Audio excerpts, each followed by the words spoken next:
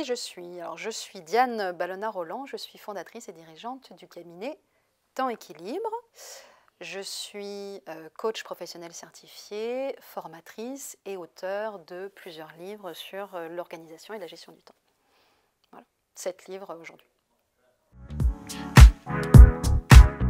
Alors, ma mission, mon expertise, en fait, mon cœur de métier, c'est globalement, de manière très simple, d'aider les femmes et les hommes fatigués, stressés, débordés par les contraintes de la vie quotidienne, en fait, quelles qu'elles soient, à se réapproprier leur temps, voilà, tranquillement, et à retrouver un équilibre. Voilà, donc je vais plutôt intervenir effectivement sur toutes les questions liées à la gestion du temps et à son rapport au temps et aux questions d'équilibre au pluriel.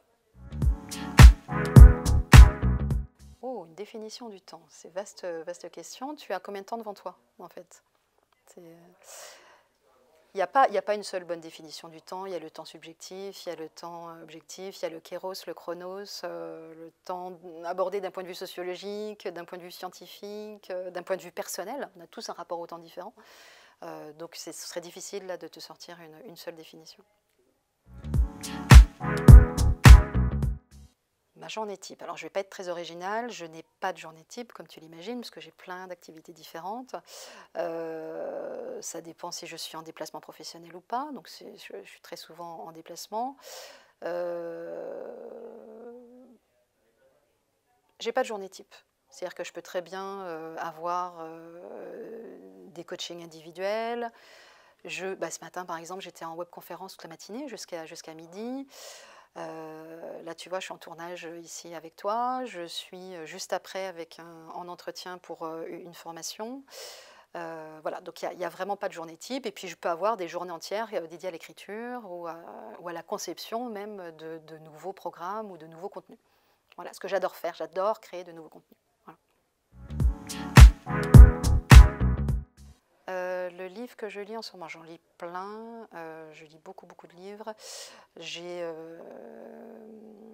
Là j'ai ressorti, je me replonge en fait dans les travaux je suis très fan en fait des travaux de Jean-Philippe Lachaud, qui travaille sur les questions de l'attention, qui est un des spécialistes en fait de l'attention en France, et qui a écrit notamment Le cerveau attentif. Et là je suis en train de lire son second livre, qui est relire en fait le cerveau funambule. Voilà, je le conseille à tous ceux qui s'intéressent aux questions d'attention, qui sont des questions centrales en fait, quand on aborde les questions de gestion du temps, d'équilibre, qui me passionnent. Et je crois qu'il est directeur de recherche en neurosciences à l'INSERM en fait, à Lyon. En fait. Il a une façon, en fait, j'adore ce qu'il fait, il a une façon de rendre ces questions d'attention qui sont très complexes aussi, très accessibles, y compris aux enfants. Il développe des programmes en fait, dans les écoles pour réapprendre à redevenir maître de son attention, mais aussi il a écrit un livre, donc Les petites bulles de l'attention pour les ados. Enfin, j'adore ce qu'il fait en fait. Voilà.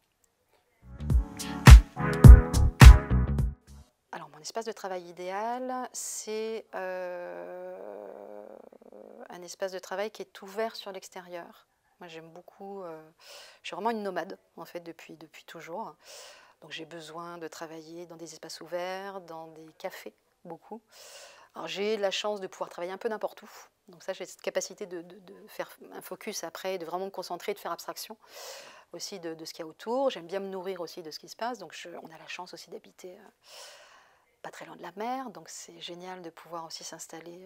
Voilà, c'est des choses dont je ne me lasse pas. De pouvoir s'installer sur une terrasse face à la mer et de pouvoir rédiger un billet ou d'avancer sur ton livre ou sur une conception d'atelier ou autre, je trouve ça génial. Voilà, mais voilà, en tous les cas, j'ai besoin de ne pas me sentir enfermée.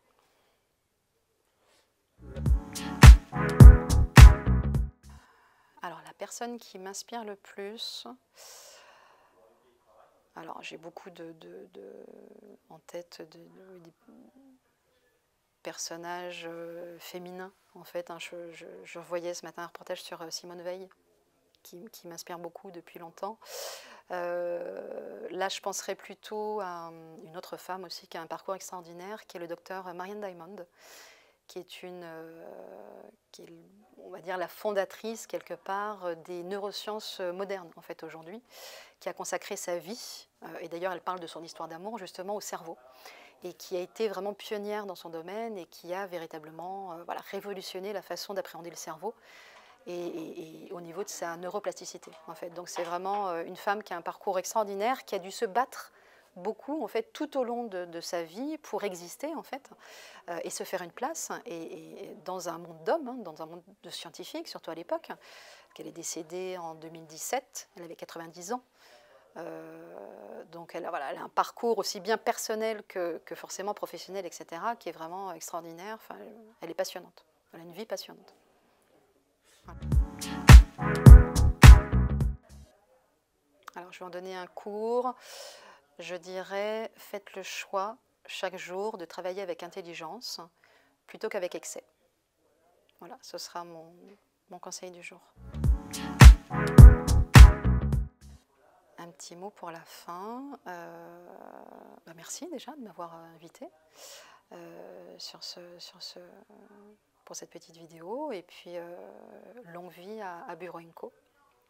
Voilà, ce sera mon mot de la fin. C'est bon? Super. Bon, merci. Bon.